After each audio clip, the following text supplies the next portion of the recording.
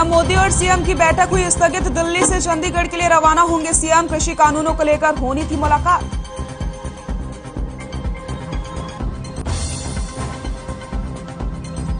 कृषि कानूनों को रद्द करने के लिए मिली कैबिनेट की मंजूरी। शीतकालीन सत्र में कृषि कानून वापसी का आएगा प्रस्ताव।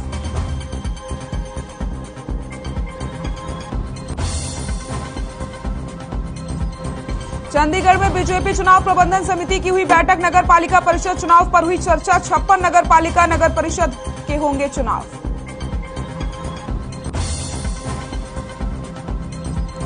गुरुग्राम फरीदाबाद में डेंगू का कहर जारी। साइबर सिटी में डेंगू के 3 नए मरीज आए सामने। कुल मरीजों की संख्या 310। प्रदेश में पैर पसार रहा डेंगू।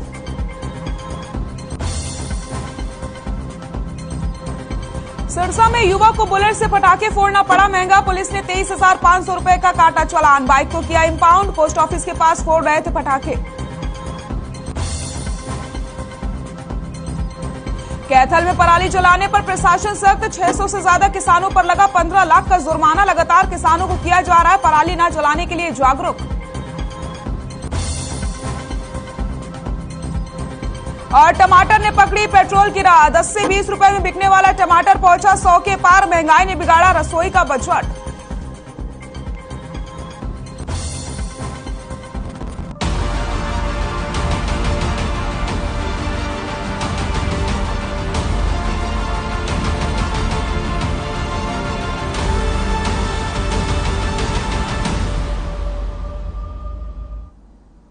नमस्कार, हमारे खास कार्यक्रम आज का अखबार में आप सभी का स्वागत है। आज के अखबार में आज हम आपको बताएंगे उन तमाम बड़ी खबरों के बारे में जिनको अखबारों के पन्नों पर जगह मिली है। साथ ही विश्लेषण करेंगे अखबारों में छपी उन खबरों का जो आपकी भागती और थमी हुई दुनिया के लिए आपके लिए जरूरी है और जिन खबरों का सरोकार आपसे जुड़ा होता है और आपके काम की होती है। तो चलिए शुरुआत करते हैं और आपको दिखाते हैं आज का अखबार।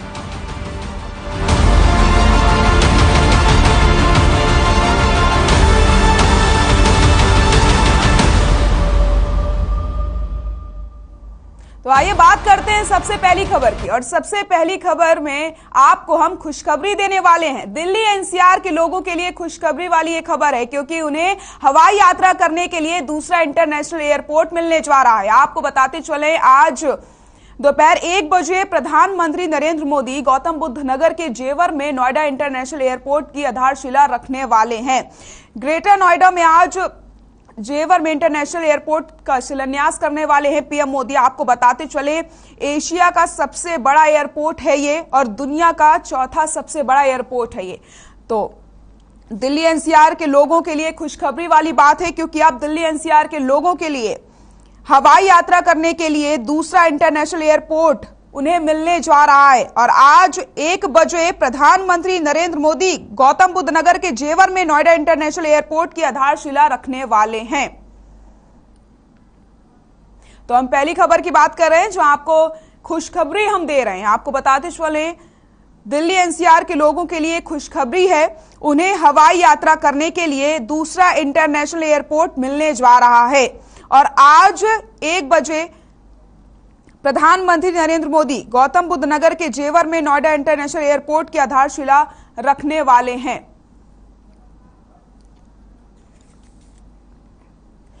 और इसी खबर पर ज्यादा जानकारी के लिए वरिष्ठ पत्रकार नवल कांत जी हमारे साथ जुड़ गए हैं। नवल कांत जी, बहुत बहुत स्वागत है आपका। हम बात कर रहे हैं खुशखबरी की। आज लोगों को इंटरनेशनल एयरपोर्ट की सौगात मिलने वाली है। प्रधानमंत्री नरेंद्र मोदी शिलान्यास करने वाले हैं। यह निश्चित रूप से केवल एनसीआर के लिहाज से नहीं बल्कि उत्तर प्रदेश के लिहाज से भी देखिए और बल्कि देश के लिहाज से देखिए। इस लिहाज से क्योंकि ये एक बड़ा एयरपोर्ट है, बड़ा इंटरनेशनल एयरपोर्ट है और एक बड़ा ड्रीम प्रोजेक्ट है जिसका आज शिलान्यास होगा। और 2024 तक जो एयरपोर्ट का काम चलेगा उसके बाद चालू हो जाएगा ये। तो निश्चित रूप से बड़ी उपलब्धि है और इसको अगर चुनाव के नजरिए से देखें तो उत्तर प्रदेश चुनाव की तरफ बढ़ रहा है धीमे धीमे और कहीं ना कहीं बीजेपी अपना काम दिखाना चाहती है। तो उसमें एक ये बड़ी उपलब्धि होगी। ये सचमुच में बीजेपी के लिहाज से या उत्तर प्रदेश के लिहाज से या एनसीआर के लिहाज से जेवर ही है। बिल्कुल नवलकांत जी, लेकिन अब आपने चुनाव की बात करी है तो क्या ये चुनावी स्टंट मान सकते हैं, क्योंकि इतनी देर कर दी गई है और अब यहाँ पर काम दिखाने की जरूरत पड़ रही है, इसलिए इतने बड़े एयरपोर्ट की सौगात दी जा रही है, क्या हम ये कह सकते हैं? जी देखिए, ये दुर्भाग्य कहिए या ये रणनीति कहिए कि पूरे देश में जितने भी काम कोई भी पॉलिटिकल पार्टी करती है तो उसके दिमाग में कहीं ना कहीं आने वाले चुनाव होते हैं। पिछली सरकार देखिए, अखिलेश यादव ने भी जितने ज्यादातर उद्घाटन जो है चुनाव से जस्ट पहले किए थे, और ये एयरपोर्ट भी होने जा रहा है। लेकिन कुल मिला के मेरा यह मानना है कि अगर इस तरह की राजनीति होती है, चाहे चुनाव को लेकर की हो, तो ये बहुत पॉजिटिव और सकारात्मक राजनीति है।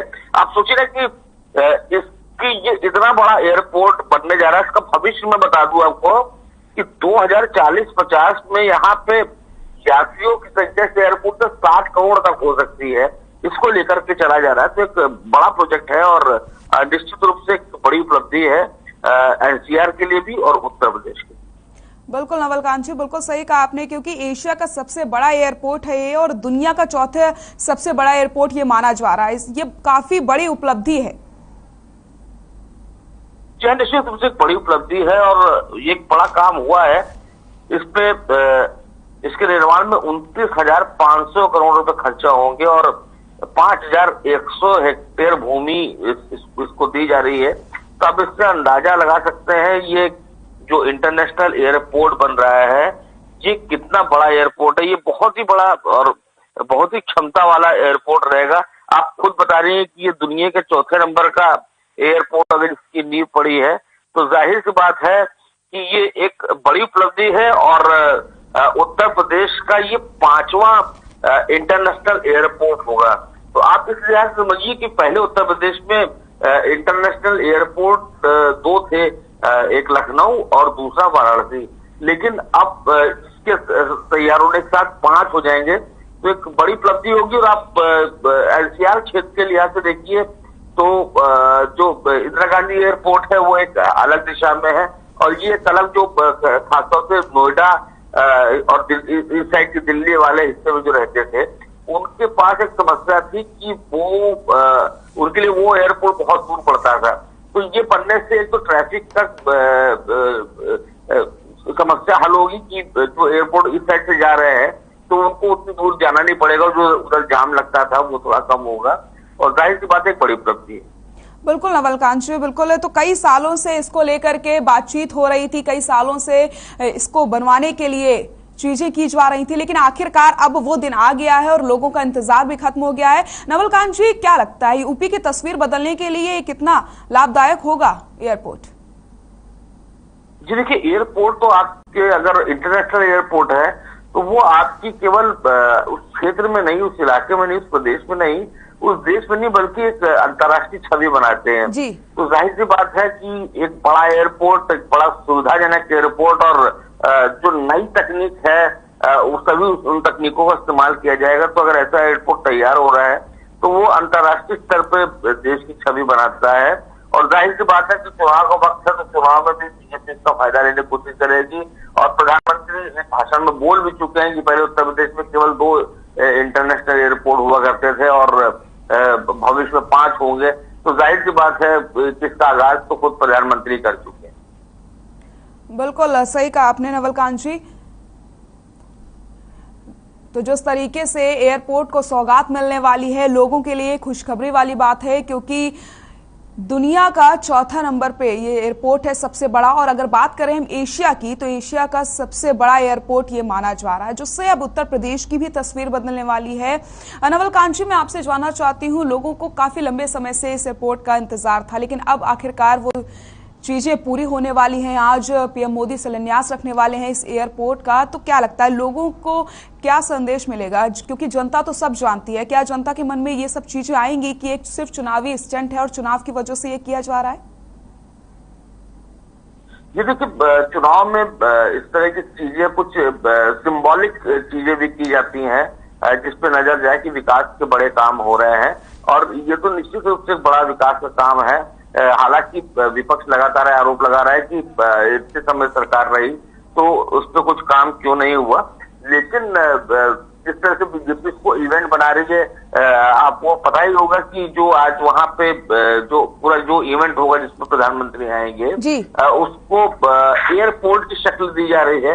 तो जाहिर सी बात है बड़ा इवेंट बनाने की कोशिश की जा रही है और जिसमें खुद प्रधानमंत्री यादव आप समझ सकते हैं कि ये इस लिहाज से कितना बड़ा कार्यक्रम होगा। तो जाहिर सी बात है कि एक बड़ा इवेंट, एक बड़ा पॉलिटिकल मैसेज और विकास की राजनीति साबित करने की कोशिश की जा रही है। हालांकि आप जानते हैं कि उत्तर प्रदेश में विकास की राजनीति पर धर्म और जाति की राजनीति काफी हावी रहती है। बिल्कुल नवलकांत जी, बहुत बहुत शुक्रिया आपका हमारे साथ जुड़ने के लिए और तमाम बातें हम तक पहुंचाने के लिए। तो हम बात कर रहे हैं सबसे पहली खबर की। आपको बताते चलें, दिल्ली एनसीआर के लोगों के लिए खुशखबरी वाली बात है क्योंकि उन्हें हवाई यात्रा करने के लिए दूसरा इंटरनेशनल एयरपोर्ट मिलने वाला है और आज प्रधानमंत्री नरेंद्र मोदी शिलान्यास करने वाले हैं इस एयरपोर्ट का। तो आपको बताते चलें, शिलान्यास को लेकर के सारी तैयारियां पूरी कर ली गई हैं और उत्तर प्रदेश के लिए और दिल्ली एनसीआर के लिए ये एक बड़ी सौगात होने वाली है, जिससे अब उत्तर प्रदेश विकास की राह पर आगे बढ़ेगा। तो लोगों के लिए खुशखबरी वाली बात है क्योंकि उन्हें एशिया का सबसे बड़ा और दुनिया का चौथा सबसे बड़ा एयरपोर्ट मिलने जा रहा है। तो आइए अब बात करेंगे हम दूसरी खबर की, जहां अब आपको दूसरी खबर बता देते हैं, जहां पर आज दिल्ली में पीएम मोदी और सीएम मनोहर लाल की बैठक होने वाली थी, लेकिन ये बैठक अब स्थगित हो गई है। कृषि कानून वापसी पर चर्चा होने वाली थी। आपको बताते चलें, सीएम मनोहर लाल चंडीगढ़ के लिए रवाना हो चुके हैं। तो आज प्रधानमंत्री नरेंद्र मोदी से सीएम मनोहर लाल की एक बैठक होने वाली थी और कहा जा रहा था कि कृषि कानून वापसी को लेकर के भी चर्चा हो सकती थी, लेकिन अब यह बैठक स्थगित कर दी गई है और सीएम मनोहर लाल चंडीगढ़ के लिए रवाना हो चुके हैं। तो दिल्ली में पीएम मोदी और सीएम मनोहर लाल की जो बैठक होने वाली थी उसे स्थगित कर दिया गया है। आपको बताते चलें, कृषि कानून वापसी के बाद पीएम मोदी की और सीएम मनोहर लाल की ये पहली बैठक थी और अनुमान लगाए जा रहे थे कि इस बैठक में कृषि कानून को लेकर के बातचीत हो सकती है, लेकिन अब फिलहाल इस बैठक को स्थगित कर दिया गया है और सीएम मनोहर लाल दिल्ली से चंडीगढ़ के लिए रवाना हो चुके हैं। तो आइए अब आपको तीसरी खबर बता देते हैं। जी हां, चंडीगढ़ में आज मुख्यमंत्री मनोहर लाल की अध्यक्षता में कैबिनेट बैठक होने वाली है। दोपहर 3 बजे हरियाणा सचिवालय में यह बैठक होगी। तो यह बैठक काफी अहम मानी जा रही है क्योंकि इस बैठक में कई अहम मुद्दों पर चर्चा की जा सकती है। तो आपको बताते चलें, चंडीगढ़ में आज मुख्यमंत्री मनोहर लाल की अध्यक्षता में कैबिनेट बैठक होने वाली है और दोपहर 3 बजे हरियाणा सचिवालय में यह बैठक होनी है। तो आपको बताते चले, आज मंत्रिमंडल की अहम बैठक बुलाई गई है। हरियाणा सरकार ने आज मंत्रिमंडल की बैठक बुलाई है और इस बैठक को खास इसलिए माना जा रहा है क्योंकि इस बैठक में कई मुद्दों पर चर्चा हो सकती है, कई बड़े फैसले भी लिए जा सकते हैं। आपको बताते चलें, दोपहर 3 बजे हरियाणा सचिवालय में यह बैठक होनी है। तो चंडीगढ़ से आपको खबर बता रहे हैं, जहां पर आपको बताते चलें, आज ये जो बैठक होने वाली है मंत्रिमंडल की वो काफी अहम मानी जा रही है। दोपहर 3 बजे हरियाणा सचिवालय में ये बैठक होनी है। मुख्यमंत्री मनोहर लाल की अध्यक्षता में कैबिनेट बैठक होनी है। दोपहर 3 बजे हरियाणा सचिवालय में ये बैठक बुलाई गई है। तो इस बैठक को खास इसलिए भी माना जा रहा है क्योंकि इस बैठक में कई अहम मुद्दों पर चर्चा की जा सकती है, कई अहम मुद्दों पर फैसले लिए जा सकते हैं। तो मुख्यमंत्री मनोहर लाल की अध्यक्षता में यह कैबिनेट बैठक होने वाली है, जिसमें आपको बताते चलें दोपहर 3 बजे हरियाणा सचिवालय में इस बैठक का आयोजन किया जाएगा। तो आज के अखबार में हम बात कर रहे हैं उन तमाम खबरों के बारे में जो आपसे जुड़ी हुई हैं, जिनका सरोकार आपसे जुड़ा हुआ है और जो आपके लिए काफी ज्यादा जरूरी है, क्योंकि हमारा मकसद सिर्फ यही होता है कि हम आप तक हर उस खबर को पहुंचा सकें जो आपके लिए जरूरी है और आप अपना काम करते करते, ऑफिस जाते हुए या फिर कोई भी काम करते करते आप खबरों से रूबरू हो जाएं।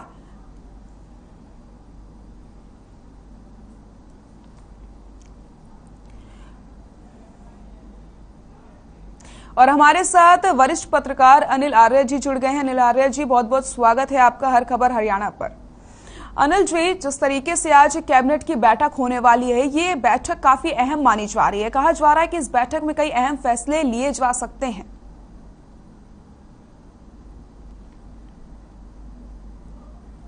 अनिल जी, आपको मेरी आवाज आ रही है? लगता है संपर्क टूट गया। हम आपसे फिर से जुड़ने की कोशिश करेंगे।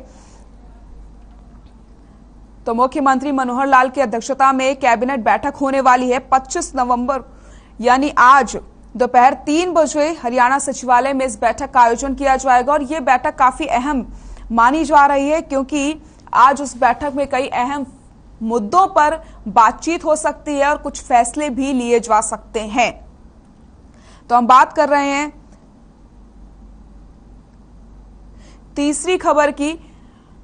आपको बताते चलें, मुख्यमंत्री मनोहर लाल की अध्यक्षता में कैबिनेट बैठक होने वाली है और हमारे साथ वरिष्ठ पत्रकार अनिल आर्य जी जुड़ गए हैं। अनिल आर्य जी, आज मंत्रिमंडल की बैठक होने वाली है। ये बैठक काफी अहम मानी जा रही है क्योंकि कहा जा रहा है इस बैठक में कई अहम मुद्दों पर चर्चा हो सकती है। क्या कहेंगे?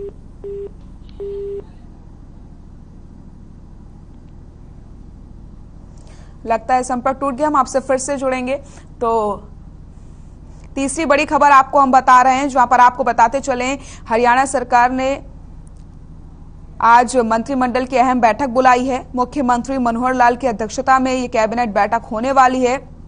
दोपहर 3 बजे हरियाणा सचिवालय में ये बैठक होगी। तो तीसरी खबर की हम बात कर रहे हैं, जहां पर आपको बता रहे हैं, जहां पर मुख्यमंत्री मनोहर लाल की अध्यक्षता में आज कैबिनेट बैठक होने वाली है और ये बैठक काफी अहम इसलिए मानी जा रही है क्योंकि इस बैठक में कई अहम मुद्दों पर चर्चा हो सकती है।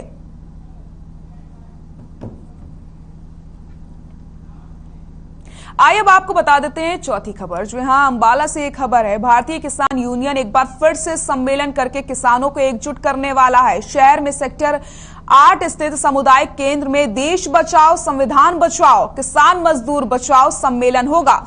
इस सम्मेलन की अध्यक्षता कांता अलाड़िया करेंगी। आपको बताते चले, जबकि सम्मेलन में भारतीय किसान यूनियन के प्रदेश अध्यक्ष गुरनाम सिंह चढ़ूनी बतौर मुख्य अतिथि शामिल होने वाले हैं।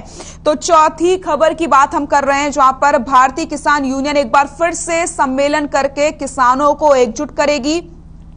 शहर में सेक्टर 8 स्थित सामुदायिक केंद्र में देश बचाओ संविधान बचाओ किसान मजदूर बचाओ सम्मेलन का आयोजन किया जाएगा।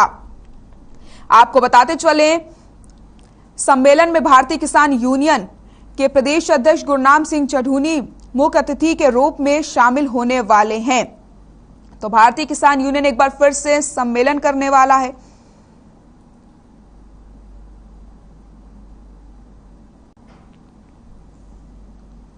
और सम्मेलन में भारतीय किसान यूनियन के प्रदेश अध्यक्ष गुरनाम सिंह चढ़ूनी बतौर मुख्य अतिथि शामिल होने वाले हैं। तो एक बार फिर से आज ये जो महापंचायत होने वाली है, जो सम्मेलन होने वाला है, इसमें किसानों को एकजुट करने की तैयारी की जा रही है। शहर में सेक्टर 8 स्थित सामुदायिक केंद्र में देश बचाओ संविधान बचाओ किसान मजदूर बचाओ सम्मेलन का आयोजन किया जाएगा और इस सम्मेलन की अध्यक्षता कांता अलाड़िया करेंगी। जबकि सम्मेलन में भारतीय किसान यूनियन के प्रदेश अध्यक्ष गुरनाम सिंह चढ़ूनी बतौर मुख्य अतिथि शामिल होंगे।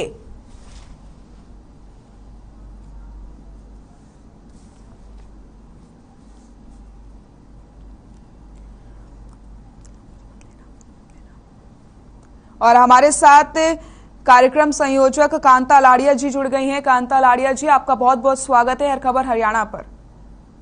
नमस्कार सृष्टि जी। नमस्कार जी। कांता जी, जिस तरीके से आज ये सम्मेलन किया जा रहा है, क्या मायने निकाले जाए सम्मेलन के? देखिए, 26 नवंबर 1949 को संविधान निर्माता बाबा साहब डॉक्टर B.R. अम्बेडकर जी ने संविधान बनाकर सरकार को सौंप दिया था जी। और उसी उपलक्ष्य में आज हम संविधान दिवस अंबाला सेक्टर 8 कम्युनिटी सेंटर में मनाने जा रहे हैं जी। और सही मायने इसके यही है कि लोकतंत्र में लोगों का राज होता है जी। आज देश में जनता का राज नहीं है जी। आज देश में हिटलरशाही है। आज किसानों को, मजदूरों को अपने अधिकारों को लेने के लिए, अपनी जान बचाने के लिए अपने घर छोड़कर दिल्ली के बॉर्डरों पर बैठना पड़ रहा है। तो इस देश में संविधान पूरी तरह लागू नहीं है। जी कांता जी, एक थीम जो आपने रखा है, देश बचाओ संविधान बचाओ किसान मजदूर बचाओ, यानी कि आपको लगता है कि इस समय कोई भी सुरक्षित नहीं है, सबको बचाने की जरूरत है? जी बिल्कुल, आपने सही कहा। इस देश में संविधान लागू है। जब से देश आजाद हुआ है 26 जनवरी 1950 को देश में संविधान लागू हो चुका था जी। लेकिन अगर सही मायने में देखा जाए, चाहे वो कांग्रेस की सरकार रही हो, चाहे वो बीजेपी की सरकार रही हो, किसी भी पार्टी ने सत्ता में बैठ के संविधान को लागू नहीं किया। बातें की हैं लेकिन ग्राउंड पर उसको लागू नहीं किया। और जब देश में संविधान ही लागू नहीं होगा तो देश कैसे बचेगा और देश में बचने वाला गरीब किसान मजदूर कैसे सुरक्षित रहेगा? आज चाहे किसान हो, मजदूर हो, महिला हो, छोटा दुकानदार हो, आप देख रहे हैं कि 3-3 साल की, 5-5 साल की छोटी छोटी बच्चियों से दरिंदगी होती है, बलात्कार होते हैं, हमारी बेटियां बहनें सुरक्षित नहीं है। तो किस मायने में मैं मानूं कि हमारे देश में संविधान लागू है? ठीक है कांता जी, लेकिन इस सम्मेलन के माध्यम से एक बार फिर से किसानों को एकजुट करने की तैयारी की जा रही है, तो किसानों को एकजुट करने का मतलब है क्या किसान आंदोलन किस राह में जाएगा, इस पर भी फैसला लिया जा सकता है आज? देखिए, मेरा प्रयास ये है जी कि जिस भाईचारे को राजनीतिक पार्टियों ने खराब किया है, खत्म किया है, जाति और धर्म के नाम पर हम लोगों को बांट दिया है जी, हमारा एक ही धर्म है और उसका एक ही ग्रंथ है जो मैं मानती हूँ, भारत का संविधान जी। और संविधान के दायरे में, संविधान के बैनर के नीचे हम सब एक हैं। भारतवासी चाहे वो किसी भी धर्म को मानता हो, पूजा पाठ में, चाहे वो किसी भी जाति का हो, लेकिन मैं मानवता को मानती हूँ कि हम सब मानव हैं और हम सबका दायित्व बनता है कि हम अपने देश के संविधान की उस ग्रंथ की रक्षा करें जिसने हमें भाईचारा बनाने की, समता की, हम सबको मिलजुल कर रहने की और सबको आजादी से जीने का अधिकार दिया है। आज बहुत ही जरूरी है कि इस देश में संविधान को बचाना बहुत जरूरी है। और आज के प्रोग्राम से हम यही शुरुआत कर रहे हैं कि हमारे देश का, प्रदेश का किसान, मजदूर, छोटा दुकानदार, महिलाएं जो भी पीड़ित हैं, वो सब एक झंडे के नीचे आकर इस तानाशाही सरकार को मुंहतोड़ जवाब दें। लेकिन कांता जी, किसान लगातार आंदोलन कर रहे थे, 1 साल का समय उन्होंने लिया, आंदोलन लगातार हो रहा था, लेकिन अब कृषि कानूनों को रद्द कर दिया गया है, फिर क्या परेशानी है अब? देखिए, अभी कृषि कानून पूरी तरह रद्द नहीं हुए हैं। अभी तो माननीय प्रधानमंत्री जी ने घोषणा की है और घोषणाएं तो आप देख रहे हैं कि 2014 से लेकर आज तक बहुत सारी घोषणाएं हुई हैं। अगर आप पीछे जाएंगे, देखेंगे तो वो घोषणाएं लागू नहीं हुई हैं। इसलिए किसानों को भी, मजदूरों को भी डर है। लेकिन कांता जी, कैबिनेट की मंजूरी मिल गई है, शीतकालीन सत्र में कृषि कानून वापसी को लेकर प्रस्ताव आएगा। जी 3 काले कानून रद्द करने की कैबिनेट ने भी मंजूरी दे दी है। जी। लेकिन उसमें जो हमारी शर्त है किसान मजदूर की कि 750 किसान जो शहीद है उसका जिम्मेवार कौन है और जो कर्जा है उसको कौन उतारेगा, और जो भी हमारे भाई शहीद हुए हैं उनको शहीद का दर्जा दिया जाए, एमएसपी की गारंटी दी जाए। ठीक है, जब लेकिन तक पूरा कानून लागू नहीं होगा तब तक आंदोलन एज इट इज चलता रहेगा। लेकिन कांता जी, क्या आंदोलन करके ही अपनी बात मनवाई जा सकती है? क्या बात करके, बातचीत करके? एक बात सृष्टि जी, मैं आपसे जानना चाह रही हूँ कि अगर हम किसान मजदूर घर बैठे रहते, क्या तीनों काले कानून रद्द होते? क्या कैबिनेट में पास होते? देखिए कांता जी, आने के बाद 1 साल तक लोग मर रहे हैं, उनके ऊपर लाठियां चलाई जा रही हैं, उनके ऊपर गोलियां चलाई जा रही हैं, उनके ऊपर पानी की बौछारें की जा रही है सर्दी में। कांता जी नहीं मानी, ठीक है कांता जी, कैसे मान जाएंगे? जी कांता जी, ये नाराजगी बिल्कुल लाजमी है, नाराज होना बिल्कुल बनता है, क्योंकि 1 साल का लंबा इंतजार किसानों को करना पड़ा, वो लगातार आंदोलन कर रहे थे, लेकिन उन्होंने साफ ये कर दिया था कि जब तक कानून वापसी नहीं तब तक घर वापसी नहीं होगी। अब तो कानून वापसी हो गई है और लगातार आप लोग बात कर रहे हैं एमएसपी की, तो एमएसपी को लेकर के भी कमेटी बनाई जा रही है, उस पर भी चर्चा की जाएगी। देखिए, जब हम लोग 1 साल से अपने घर बार छोड़कर किसान मजदूर रोड पे बैठे हुए हैं, अपनी जानें दे रहे हैं, तो जब तक हमारा जो अधिकार है, जो हमारी मांग है, सभी की सभी मांगे पूरी तरह लागू नहीं होंगी, पूरी तरह नहीं मानी जाएंगी, तब तक हम लोग जी जान से डटे रहेंगे, चाहे हमें कितनी और कुर्बानी क्यों ना देनी पड़े। ठीक है कांता जी, लेकिन आपने जिस तरीके से कहा कि अगर ये मांगे नहीं मानी जाएंगी तब तक हम आंदोलन करते रहेंगे, तो गलत संदेश जा रहा है। अब लोगों को यही लगे कि अगर आपको अपनी बात मनवानी है तो आप बॉर्डर पर बैठ जाइए, जाके रोडों को जाम कर दीजिए। लोकतंत्र में, संविधान में ने हमें अधिकार दिया है कि जब राजा तानाशाही हो जाए, उसकी तानाशाही को खत्म करने के लिए और जन अधिकारों को लागू करने के लिए हम लोकतंत्र तरीके से अपनी मांगे मनवाने के लिए कोई भी रास्ता चुन सकते हैं। जो किसानों ने शांति पूर्वक आज तक लाठियां खा के सरकार की, और सरकार ने तो देखो ठीक है कांता जी एक सवाल है मेरा। आप कह रही हैं कि आपकी बात नहीं सुनी जा रही है। कृषि कानूनों को रद्द कर दिया गया है। जिस दिन इस आंदोलन की शुरुआत हुई थी, किसानों का यही कहना था कि कानून वापसी जब हो जाएगी हम घर वापसी कर लेंगे, लेकिन आप लोगों की मांगे लगातार बढ़ती चली जा रही है। लोगों को परेशानियों का सामना करना पड़ रहा है, रोड्स ब्लॉक हो चुके हैं। लोगों को परेशान करके क्या मिलेगा? क्या उनकी परेशानियां नहीं है? मैं आपके चैनल के माध्यम से सरकार से पूछना चाहती हूँ कि रोड जाम किए किसने हैं? किसानों ने तो रोड जाम किए नहीं। किसान तो शांतिपूर्वक अपना आंदोलन करने के लिए दिल्ली में कूच कर रहे थे। जेसीबी से सड़कें किसने तुड़वाई? कांता जी 26 जनवरी की तस्वीरें सभी को याद है। कांता जी 26 जनवरी की तस्वीर कोई नहीं भूला है। दिल्ली कूच की आप बात कर रहे हैं। 26 जनवरी का भी पूरे देश के सामने तस्वीर आ चुकी है कि आरएसएस के लोगों ने कैसे जाके किसानों को बदनाम करने के लिए झंडा वहां फहराया गया। ये सब चाल जो है इस देश में आरएसएस और बीजेपी के लोग खुद करते हैं, और ये देश के सामने तस्वीर आ चुकी है। अब ज्यादा जो लोगों को समझाने की जरूरत नहीं है, जनता जान चुकी है कि आरएसएस इस देश में क्या चाहती है।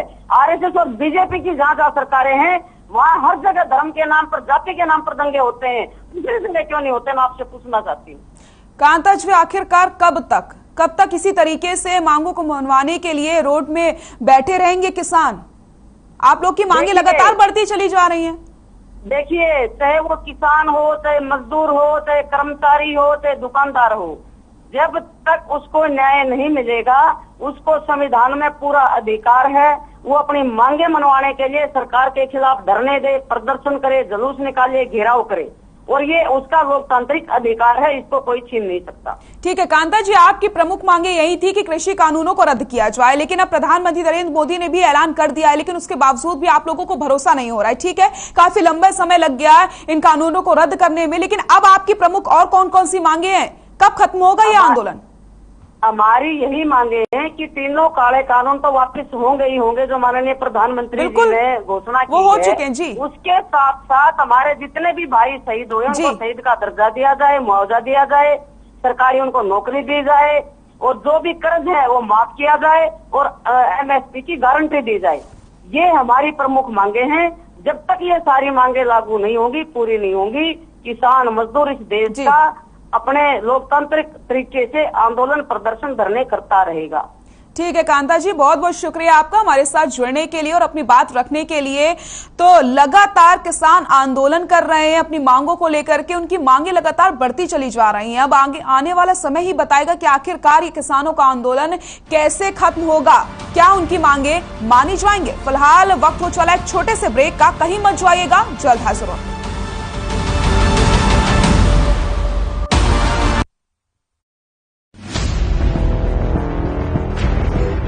खामोश जुबान, पूछती निगाहें, कहीं शोर, कहीं झांकती उम्मीदें,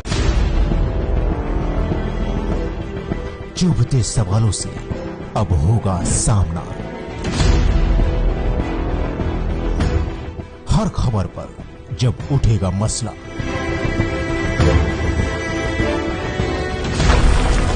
देखिए मसला रात 8 बजे सिर्फ हर खबर हरियाणा पर।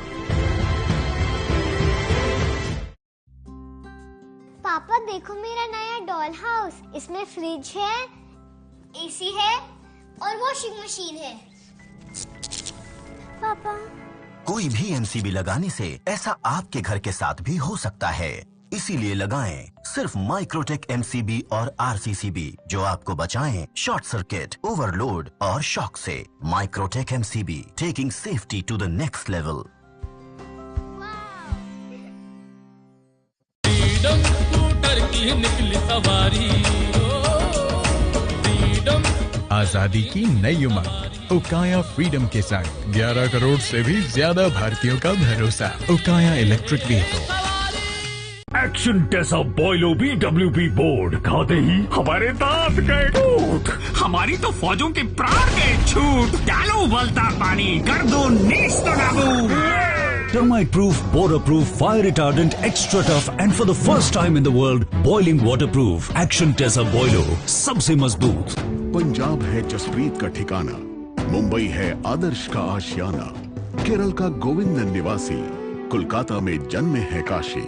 हर हिंदुस्तानी की शान, ARB बियरिंग्स जोड़े सारा Hindustan. Hey mom, hey, look, I can download a song really fast. I can make dosas faster. Must be joking. Bus, 3 easy steps. Mix with water, spread batter, fry. गाना डाउनलोड हुआ? नहीं, पर तब तक मैं इडली बनाती हूँ। हमने बनाया।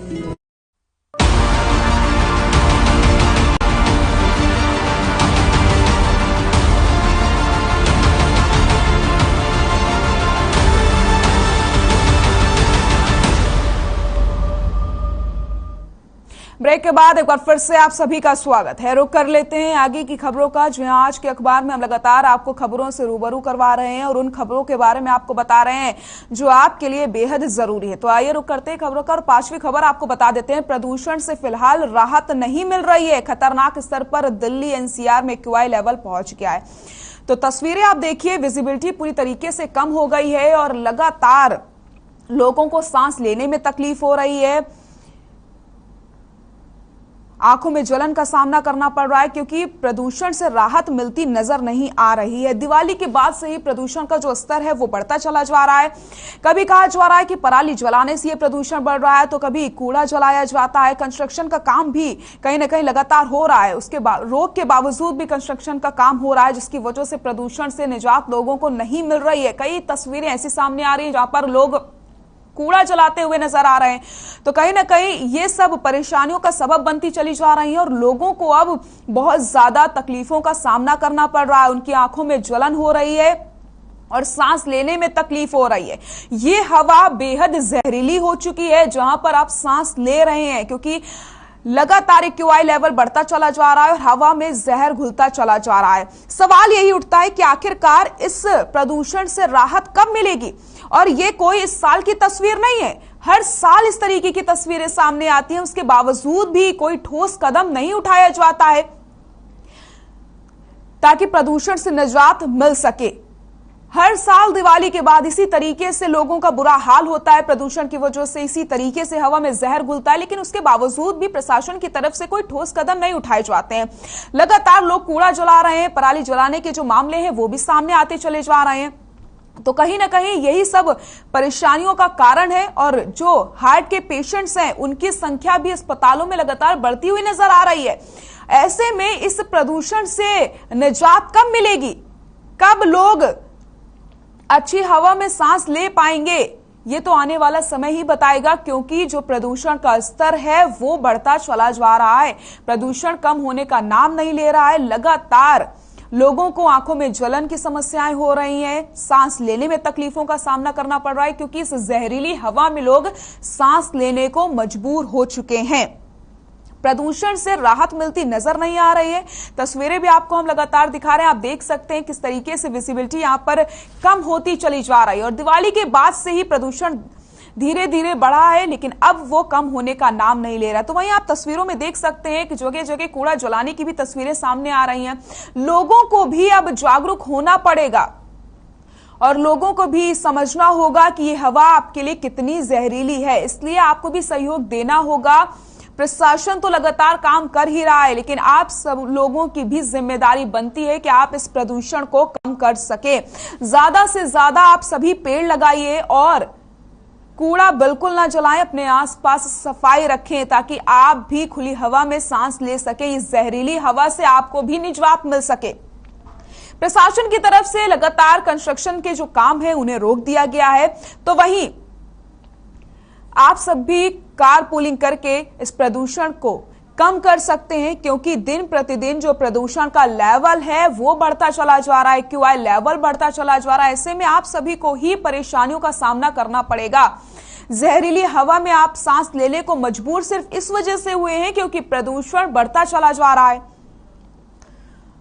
तो हम बात कर रहे हैं 5वीं खबर की, जो आपके लिए बेहद जरूरी है, क्योंकि आप जहरीली हवा में सांस लेने को मजबूर हैं क्योंकि प्रदूषण का जो स्तर है वो बढ़ता चला जा रहा है। तो ऐसे में अब आपको समझना होगा, आपकी जिम्मेदारी भी बनती है कि कैसे आप इस प्रदूषण को कम करें। प्रशासन तो लगातार पेड़ों में पानी का छिड़काव कर रहा है, लेकिन आप सब लोगों की भी जिम्मेदारी बनती है कि आप भी कुछ ना कुछ काम करें और इस प्रदूषण को कम करने की कोशिश करें। तो प्रदूषण का जो स्तर है वो बढ़ता चला जा रहा है, लोगों को सांस लेने में तकलीफों का सामना लगातार करना पड़ रहा है और आंखों में ज्वलन का भी सामना करना पड़ रहा है। तो आप सब जब भी घर के बाहर निकले मास्क का इस्तेमाल बिल्कुल करिए, क्योंकि हवा में लगातार जहर घुलता जा रहा है। तो आज के अखबारों की सुर्खियों के बारे में हम बातचीत कर रहे हैं, जहां 5वीं खबर आपको हम ये बता रहे हैं कि आप जहरीली हवा में सांस लेने को मजबूर हैं क्योंकि प्रदूषण से राहत मिलने की उम्मीद अभी नजर नहीं आ रही है। लगातार प्रदूषण का स्तर बढ़ता चला जा रहा है, लोगों को तकलीफों का सामना करना पड़ रहा है और ऐसे में इस प्रदूषण को कम कैसे किया जाए, ये सबसे बड़ा सवाल है। तो ऐसे में आप सबको भी अपनी जिम्मेदारी समझनी होगी। कई तस्वीरें ऐसी देखने को मिली हैं जो लोगों की परेशानियों को और बढ़ा रही हैं। लोग कूड़ा जलाते हुए अभी भी नजर आ रहे हैं। तो ऐसे में आप सभी की भी जिम्मेदारी बनती है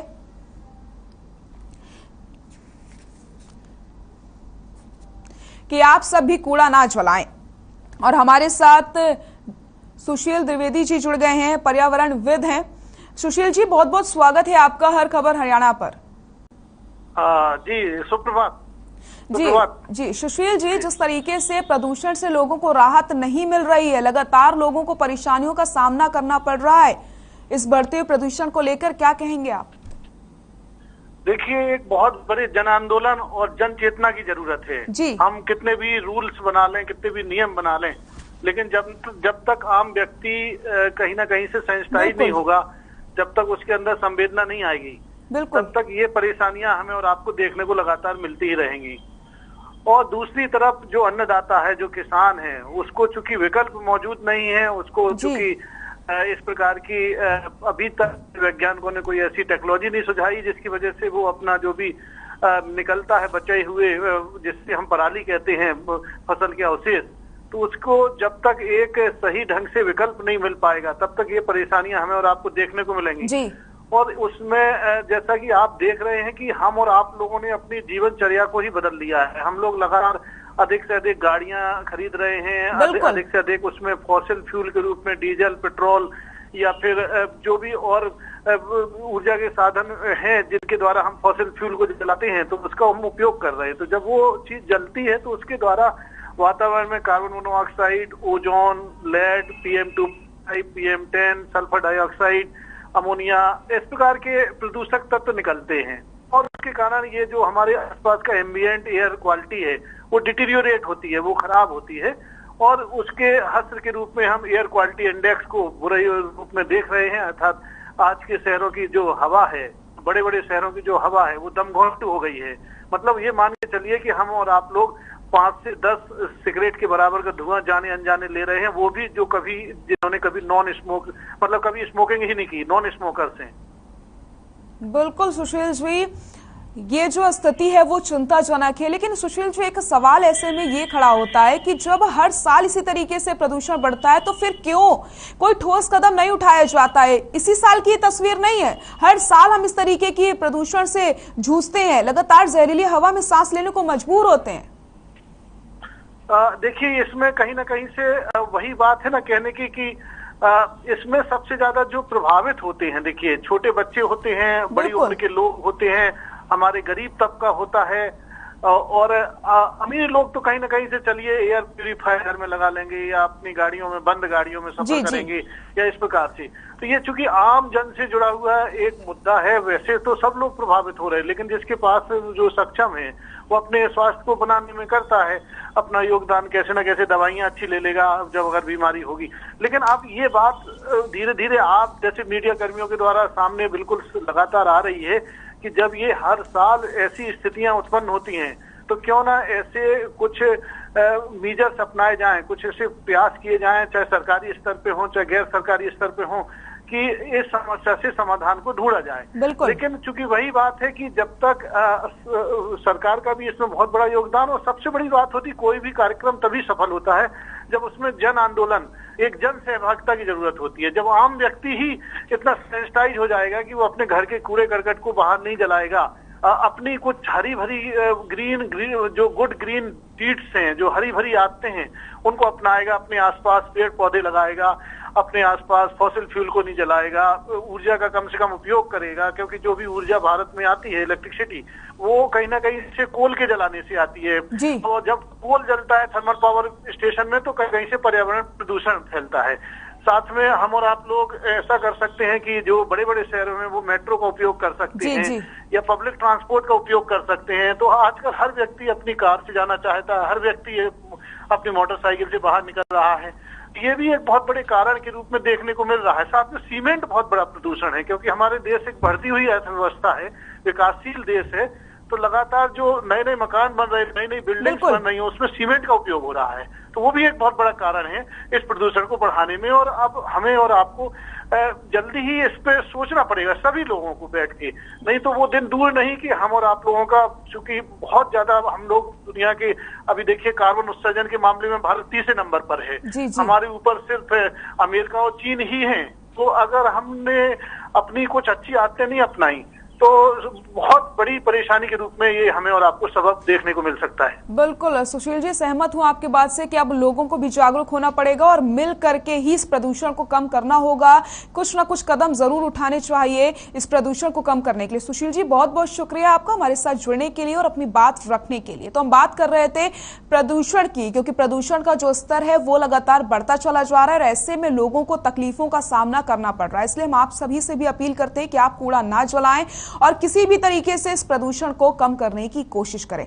आइए अब रुक कर लेते हैं अगली खबर का। शहर शहर गांव गांव डेंगू का कहर जारी है। करनाल में डेंगू से अब तक 2 मौतें हो चुकी हैं।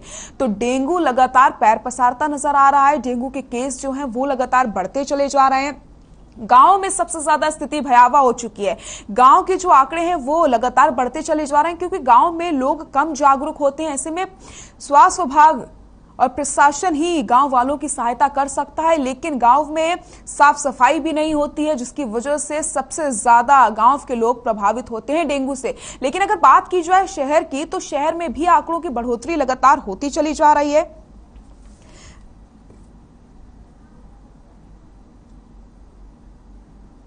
फरीदाबाद जिले में आपको बताते चले लगातार डेंगू के मामले बढ़ते चले जा रहे हैं और सबसे पहला केस फरीदाबाद से ही डेंगू का सामने आया था। तो हरियाणा में फिर से डेंगू पैर पसार रहा है। लगातार डेंगू के आंकड़ों में बढ़ोतरी होती चली जा रही है। और करनाल की अगर हम बात करते हैं तो 2 मौतें अब तक करनाल में हो चुकी है। लेकिन वहीं स्वास्थ्य विभाग की बात की जाए तो अस्पतालों में कड़े इंतजाम किए गए हैं। डेंगू वार्ड भी बना दिए गए हैं ताकि मरीजों का इलाज अच्छी तरीके से हो सके। तो हम बात कर रहे हैं डेंगू के कहर की, क्योंकि लगातार डेंगू का कहर देखने को मिल रहा है। करनाल में डेंगू से अब तक 2 लोगों की मौत भी हो चुकी है।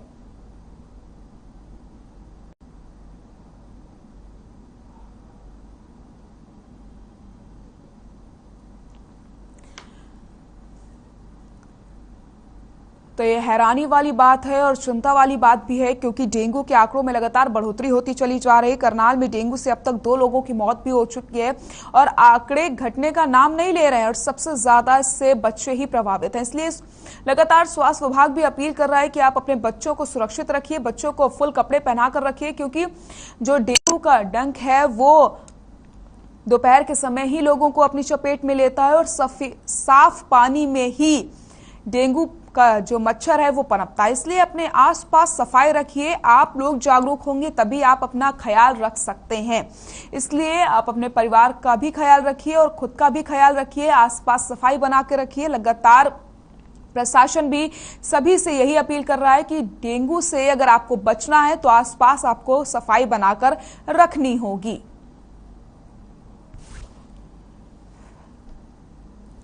और इसी खबर पर ज्यादा जानकारी के लिए हमारे सहयोगी विकास महिला करनाल से हमारे साथ जुड़ गए हैं। विकास, लगातार डेंगू के आंकड़ों में बढ़ोतरी होती चली जा रही है। 2 लोगों की मौत हो चुकी है करनाल में। स्थिति भयावह है। दृष्टि बिल्कुल देखिए, कहीं ना कहीं जो पूरे प्रदेश में लगातार जो कोरोना का कहर बढ़ता जा रहा है, वहीं अगर करनाल की स्थिति की बात करें तो करनाल में अभी तक सरकारी आंकड़ों के मुताबिक 268 से अधिक मामले सामने आ चुके हैं और 2 लोगों की फिलहाल डेंगू से मौत हो चुकी है। और जो स्वास्थ्य विभाग का कहना है कि उनकी तरफ से 4000 जो टेस्ट है डेंगू के वो कर चुके हैं। तो कहीं ना कहीं जो डेंगू का कहर है वो लगातार बढ़ता हुआ जा रहा है और जो प्राइवेट हॉस्पिटल और सरकारी हॉस्पिटल उनमें कहीं ना कहीं जो बेड की स्थिति भी कम होती हुई नजर आ रही है। लगातार जो डेंगू के मामले सामने निकल कर आ रहे हैं, वहीं जो जिला प्रशासन और स्वास्थ्य विभाग लगातार लोगों से अपील करता हुआ नजर आ रहा है कि अपने घर के आसपास सफाई रखिए और जो अपने घर में जो गमले हैं या फ्रिज के नीचे पानी है उसको खाली जरूर कीजिए। लगातार जो स्वास्थ्य विभाग अपनी तरफ से हर संभव प्रयास करता हुआ नजर आ रहा है। जी सृष्टि। विकास, अगर बात की जाए गांवों की तो क्या गांवों में फॉगिंग हो रही है और प्रशासन की तरफ से कैसे लोगों को जागरूक किया जा रहा है? देखिए सृष्टि, कहीं ना कहीं इसमें जिला प्रशासन की लापरवाही जरूर कहेंगे, क्योंकि अगर गांव स्तर की बात की जाए तो गांव में अभी तक कोई भी फॉगिंग सिस्टम हमें देखने को नहीं मिला। क्योंकि जिला प्रशासन की तरफ से दावे जरूर किए गए हैं कि जो फॉगिंग मशीन है हर गांव में सरपंच को दे दी गई और शहर में जो वार्ड के एमसी है उनको दे दी गई है। हालांकि इक्का दुक्का जो मेन इलाके हैं वहां पर फॉगिंग जरूर देखने को मिली है, लेकिन जो भीड़ी गलियां, तंग गलियां, वहां पर अभी तक कोई ऐसी इस प्रकार की फॉगिंग की सुविधा होती नजर नहीं आ रही है। जी बिल्कुल विकास, स्थिति चिंताजनक बन गई है क्योंकि अगर हम बात करते हैं ग्रामीण एरिया की तो वहां पर तो लोग जागरूक नहीं है और प्रशासन की तरफ से भी इंतजाम नहीं किए जा रहे, लेकिन शहर के भी आंकड़ों में बढ़ोतरी हो रही है।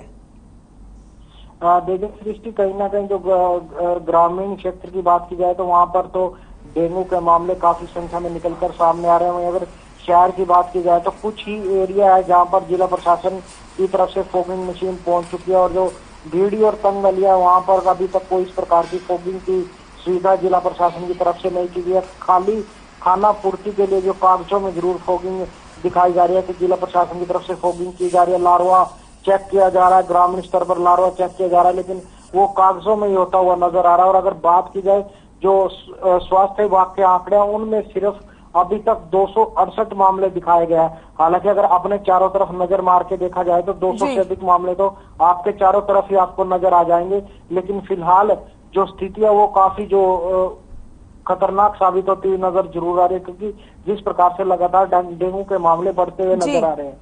जी सृष्टि, बहुत बहुत शुक्रिया विकास तमाम जानकारी के लिए। तो स्थिति चिंताजनक बनती चली जा रही है क्योंकि डेंगू के आंकड़ों में लगातार बढ़ोतरी हो रही है। आप सबसे भी अपील हम यही करते हैं कि आप सब अपने आसपास सफाई बनाकर रखें ताकि डेंगू से आपको निजात मिल सके। आइए बढ़ते हैं अगली खबर की ओर और रुख कर लेते हैं 7वीं खबर का। हरियाणा में फिर से कोरोना पैर पसार रहा है। फरीदाबाद में कोरोना के 6 मामले सामने आए हैं। तो आपको बताते चले लगातार कोरोना के आंकड़ों में भी बढ़ोतरी होती चली जा रही है और लगातार यहां पर आंकड़े बढ़ते चले जा रहे हैं। वहीं बात की जाए प्रशासन की तो प्रशासन भी लगातार इंतजाम कर रहा है कि कैसे कोरोना से निजात मिल सकती है। तो आपको बताते चले लगातार कोरोना के आंकड़ों में बढ़ोतरी हो रही है और फरीदाबाद में कोरोना के 6 मामले सामने आए हैं, लेकिन लगातार लोग वैक्सीनेशन भी करवा रहे हैं जिससे आंकड़ों में धीरे धीरे कमी आ रही है। लेकिन एक बार फिर से कोरोना पैर पसारता हुआ नजर आ रहा है। हरियाणा में फरीदाबाद में कोरोना के 6 मामले सामने आए हैं।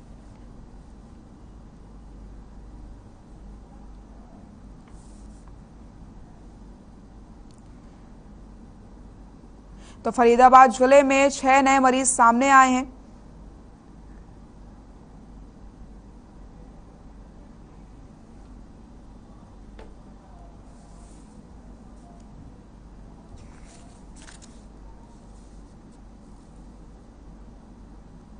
और हमारे साथ प्रदेश अध्यक्ष IMA हरियाणा की पुनीता हसीजा जी जुड़ गई हैं। पुनीता जी, बहुत बहुत स्वागत है आपका हर खबर हरियाणा पर। लगातार कोरोना के आंकड़ों में बढ़ोतरी होती चली जा रही है, लगातार केस सामने आते चले जा रहे हैं, कैसे निजात मिलेगी?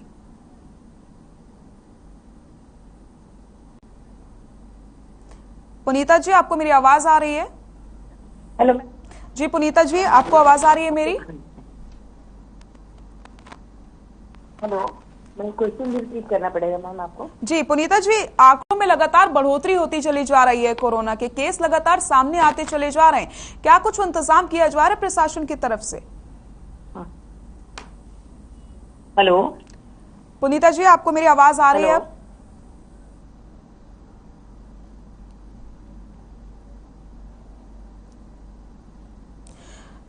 तो जिले में लगातार कोरोना के मरीजों की संख्या बढ़ती चली जा रही है और फरीदाबाद में 6 नए मरीज सामने आए हैं। तो आपको बताते चलें, लगातार आंकड़ों में बढ़ोतरी हो रही है।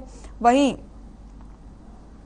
आपको बता दें कि फरीदाबाद की अगर बात की जाए तो 6 मरीज सामने आए हैं फरीदाबाद में।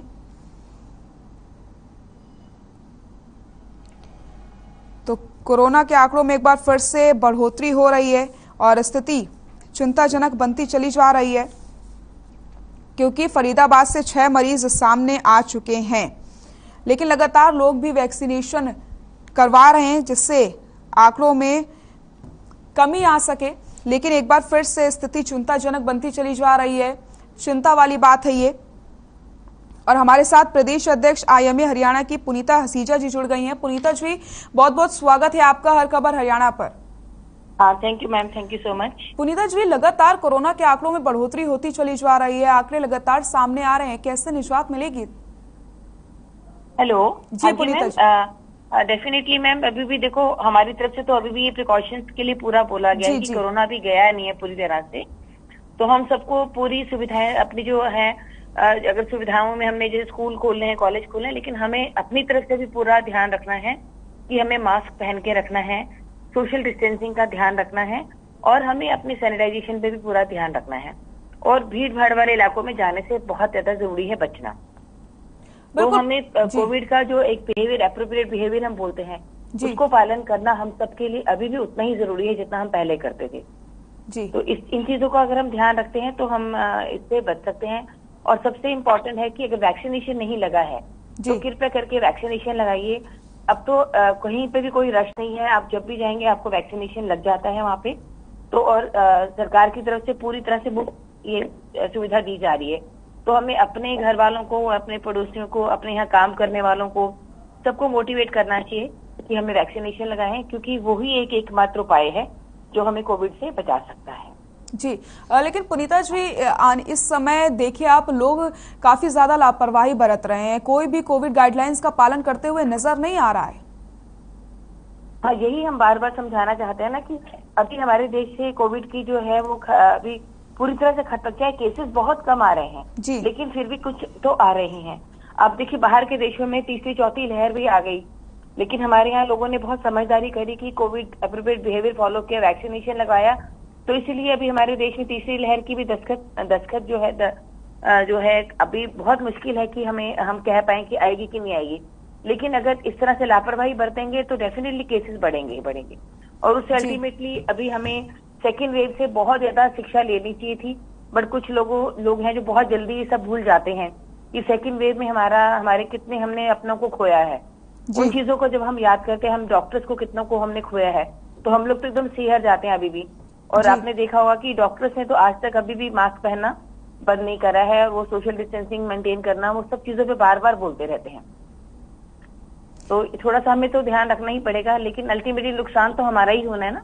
अगर हम प्रिकॉशंस नहीं लेंगे तो फिर हम सरकार को या डॉक्टर्स को या अस्पताल को दोष नहीं दे पाएंगे इस बारे में कि हाँ जी आपने हमारा ध्यान नहीं रखा। तो हमें अपना ध्यान खुद ही रखना चाहिए। जी पुनीता जी, बहुत बहुत शुक्रिया आपका हमारे साथ जुड़ने के लिए और अपनी बात रखने के लिए। तो हम बात कर रहे हैं कोरोना के आंकड़ों में लगातार बढ़ोतरी होती चली जा रही है। Thank you so much ma'am ji. अब बात कर लेते हैं कैथल की खबर की, जो यहाँ रुक करते हैं अगली खबर का। पराली जलाने पर 623 किसानों पर 15 लाख का जुर्माना लगाया गया है। लगातार पराली जलाने के केस सामने आते चले जा रहे हैं और ऐसे में जो प्रशासन है वो भी सख्त नजर आ रहा है। प्रशासन की तरफ से लगातार जुर्माना लगाया जा रहा है और किसानों को जागरूक यहाँ पर किया जा रहा है कि वो पराली ना जलाएं। तो हम बात कर रहे हैं इस समय कैथल की, जहां पर प्रशासन ने पराली जलाने पर लगभग आपको बताते चले 15 लाख का जुर्माना वसूला है। तो वहीं लगातार इस तरीके की खबरें सामने आती चली जा रही है जहां पर किसान पराली जला रहे हैं। लेकिन ऐसे में प्रशासन भी पराली ना जलाने के लिए लोगों को लगातार जागरूक करता हुआ नजर आ रहा है। लेकिन जो भी किसान पराली जला रहे हैं उसके खिलाफ सख्त कार्रवाई भी की जा रही है, क्योंकि प्रदूषण का स्तर लगातार बढ़ता चला जा रहा है। ऐसे में किसानों को जागरूक होने की बहुत ज्यादा जरूरत है।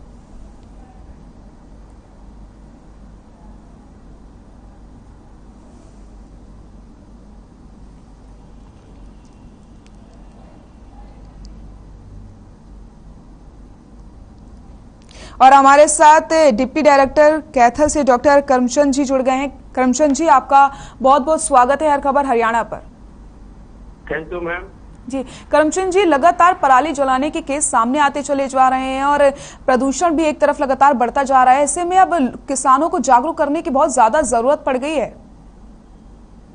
हाँ देखिए मैम, हमारे यहाँ तो काफी अर्ली हार्वेस्टिंग होती है, जो कि 20 सितंबर से स्टार्ट हो गई थी। स्टार्टिंग में ये केसेज हमारे यहाँ जरूर आए थे, लेकिन अब प्रतिदिन जो आ रहे हैं 0 हैं।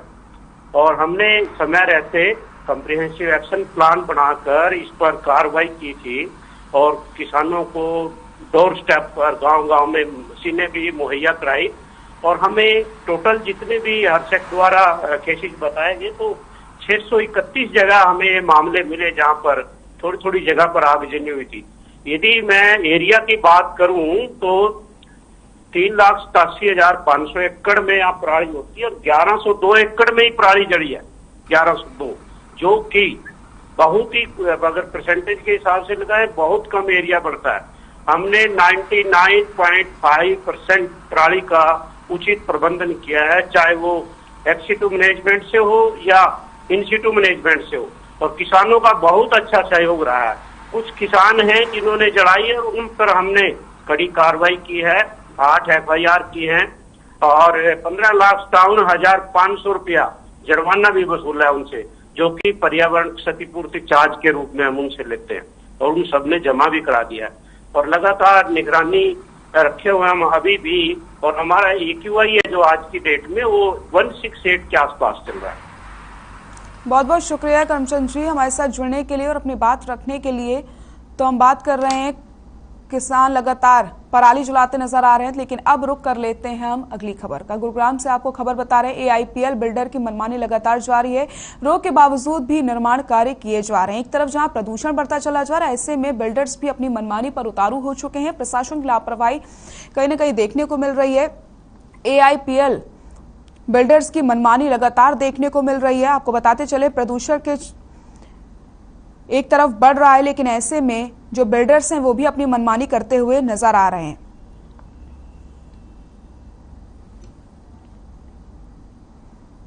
अब रुक करते हैं अगली खबर का। रोहतक से आपको ये हम खबर बता रहे हैं, जहां पर MDA में 25 से शुरू होगी ऑफलाइन क्लासेस। आपको बताते चले, यूनिवर्सिटी के शैक्षणिक विभागों में कोरोना प्रोटोकॉल के तहत कक्षाएं लगाई जाएंगी। कक्षाओं में सिर्फ उन्हीं छात्रों को जाने की अनुमति होगी जिन्होंने कोरोना वैक्सीन की 2 या 1 डोज लगवाई है।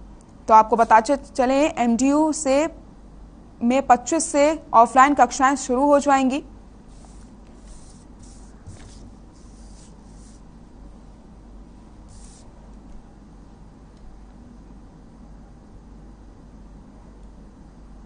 आज के अखबार में फिलहाल के लिए इतना ही। नमस्कार।